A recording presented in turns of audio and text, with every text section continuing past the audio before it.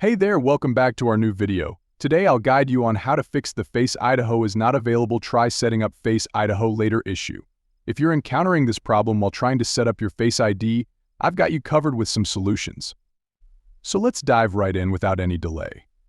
Firstly, navigate back to your settings. Scroll down and tap on Face ID passcode here. You'll need to enter the passcode of your iPhone or iPad. After doing this, proceed with setting up Face Idaho by tapping on Get Started. If you're facing the issue repeatedly, let's see how to resolve it. Go back to Settings, scroll down and find the Accessibility option. Tap on it, then locate Face ID Attention. Ensure that Require Attention for Face Idaho is toggled on. Similarly, turn on the Attention Aware Features option. Additionally, switch off the Haptic on Successful Authentication option. After adjusting these settings, go back and check if the problem persists.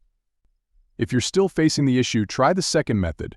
Open Settings again, scroll down to Screen Time and tap on it.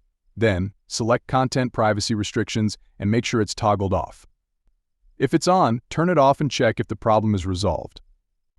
If the problem persists, consider the third method.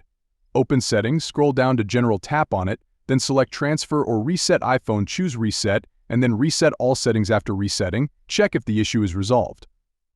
Another method to try is to ensure your device's software is up to date. Open Settings, tap on General, then select Software Update. If there's an available update, download and install it. This may resolve the issue caused by software bugs.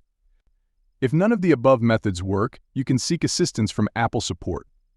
Navigate to the Apple support website, select your device, and describe the issue with Face Idaho setup.